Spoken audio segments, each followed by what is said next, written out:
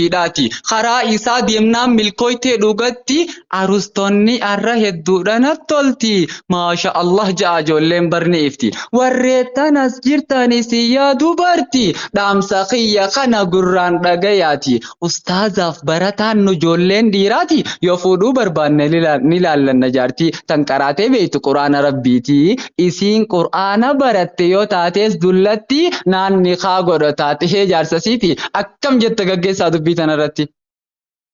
Allahu akbar Allahu akbar waa tolee waa bareedee maasha Allah Allahu akbar. Ayyee guyyaan har'aan tanaa bar guyyaa beekamaa aruuza kanaa fi argamne yaa jamaa arustonni lamaan fuulduran nu deemaa dhaamsa kiyya kanaas itti fayyadama obboleettiin tante siifaneen hoggoyyuu gaaruma sababa siifaniiniin asitti argamaa.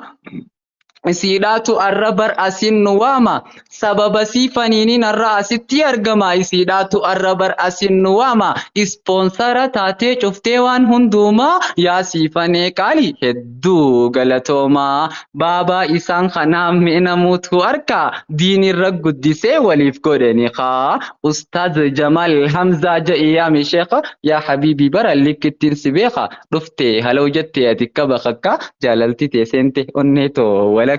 Ustaz Jamal Hamzaa annaatatee baaba jaalalateetii fi nasirraa lallaba walaloo fixeetiin dhufeefissi qaba xumura irratti